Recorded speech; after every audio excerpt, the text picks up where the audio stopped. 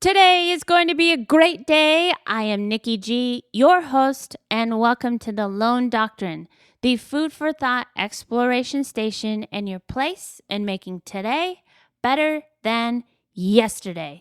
Let's get right into it. Every month, we explore a topic that will guide us towards making this life, planting seeds of greatness to make life awesome. Total side note, I'm always open to know what topics are on your mind, something you may be having a challenging time with, thinking of wanting to accomplish, because we're better together and you're not alone. So please know that my door is always open. All you have to do is knock and let me know what you'd like to talk about. Now, this month, we've been exploring significance. I have personally been met with a lot of life's challenges lately that have brought this pivot in my own life in wanting to bring more significance to the world, to my everyday. This isn't to toot my own horn or seek sympathy. It's my hopes to serve this one and only life to the best way possible. To do what I can to treat others with kindness and compassion as we all seek. It seems so simple, right? In light of significance, I hope each of you listening know that you've made a significant effect on my life. We have many seasons in our lives, and through one of my darkest moments, this podcast was the beacon that brought light and significance. Am I the say-all be-all? Do I have all the answers? No. But do I have the passion, the curiosity, the drive, and the grit to pursue a fulfilling life and face challenges, mistakes, succeeding, failures, and to be transparent? Yes. Do I hope the Lone Doctrine can provide a place of discovery and exploration in providing you with food for thought that will transform your lifestyle to constantly lead you towards betterment? Yes. Do I hope that we can all grasp the simplicity of treating our fellow human beings with kindness? Yes. There's a lot happening in the world. We're right in the middle of the history. Is this a political podcast? No. But I feel the most harmful approach to either side, which way, up, down, sideways, this way, of the world, is blanket statements. In fact, the foundation of this very podcast is lone, the Lone Doctrine. Each of our stories is unique and can be significant. What's your story? I'm going to flip the script. Even since a young age, I never understood anger. Why are people getting angry over the silliest things? Why does it exist? Why waste your time? I am truly baffled. It's an innate thought that's been with me since I was a young child. It's not your everything is always fine, naive state, but it's the difference between what's worth your energy and what isn't. So many things in life seem simple. So why do we seem to make things unnecessarily complex? I set out to explore food for thought and hoping to give you seeds of greatness to make today better than yesterday. With that said, I constantly explore the world, and I like to keep an open mind and think critically. And I also think it's not just about the inspirational quotes, but it's taking actionable and practical steps towards your betterment on the daily. It's a change of lifestyle, not a quick fix, which in most cases is temporary. With that little rant said, I've found a clue as to why we tend to make things more complicated than necessary.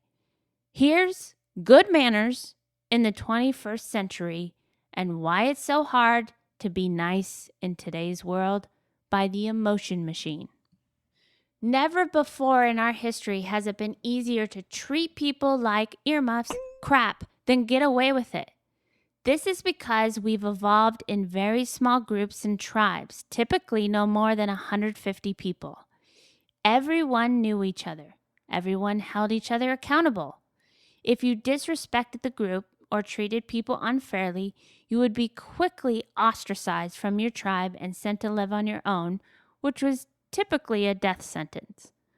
According to Good Manners for Nice People Who Sometimes Say Bad Words, this is why our social reputation is so important to us and why we have a natural craving to be liked and respected by others.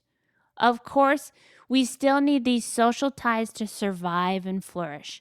But in today's world, we interact with many more people, especially strangers, because it's so much easier to communicate and travel.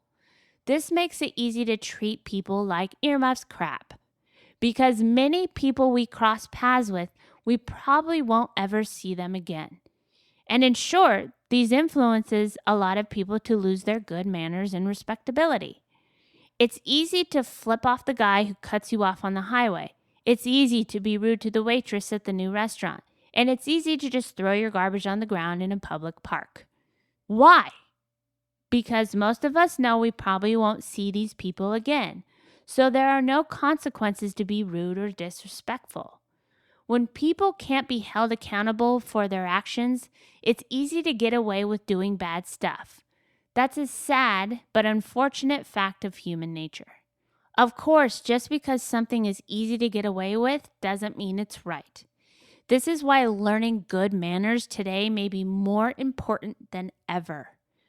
But what's more important is how we genuinely treat the people we interact with. Having good manners means treating every stranger like a neighbor. As the old adage goes, you can easily judge the character of a man by how he treats those who can do nothing for him. In a similar vein, how do you treat people you will likely never see again? The answer to the question ultimately tells you how much you need to work on your good manners. Let's cover some basic tips and advice for having good manners in the 21st century. All of these suggestions are from Amy Alcon's excellent book called Good Manners for Nice People, which gives great advice on how to treat people kindly as well as how to stop others from treating you like poop. Good manners when communicating. Give people a response, even if you don't want to talk to them. If someone says hi, give a simple hi back. A small exchange lets people know you acknowledge their existence. No is better than false promises. Be willing to turn people down if they ask for help, especially if you know it's unrealistic for you. Most people would rather you be direct with them now than disappoint them later. If you have to give someone negative feedback, do it privately. Criticizing people in front of others adds unnecessary insult to injury. People will appreciate it if you can give feedback while still keeping their dignity and reputation intact. Focus on saying positive things about people who aren't present. It's easy to spread negative gossip about people. There's magazines and social media written all over it. But you'll be more likable if people don't have to worry about the things you say behind their back. Trying to pressure people just makes them do the opposite. Always respect people's choices and free will. Often when people feel like they are being forced to do something, they will just resist doing it even more. Good manners and technology. This is a good one. Behave online as you would in real life. It's easy to act like a jerk behind an anonymous username, but try to treat your digital self as your real self. If you wouldn't say it to someone's face, it's probably not nice to say it online. Respect people's privacy. Don't reveal information about people that they haven't already publicly disclosed.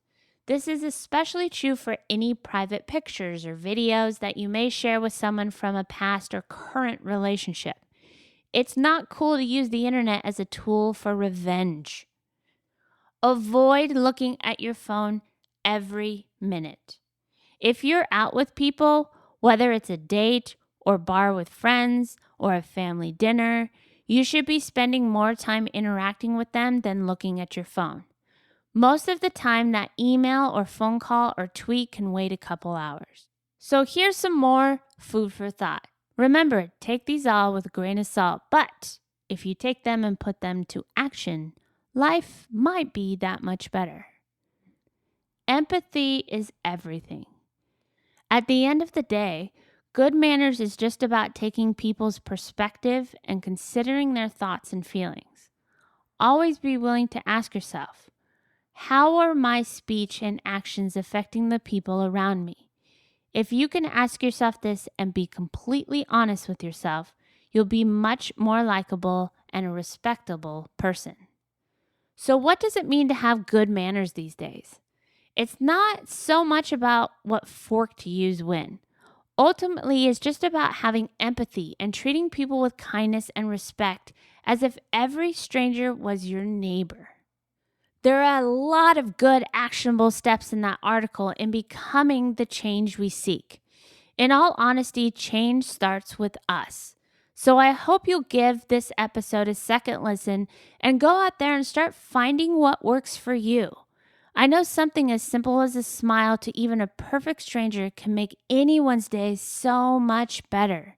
I'm heading out and I'm going to create actionable steps for myself. So let's make it happen together. And until next time, keep fighting the good fight.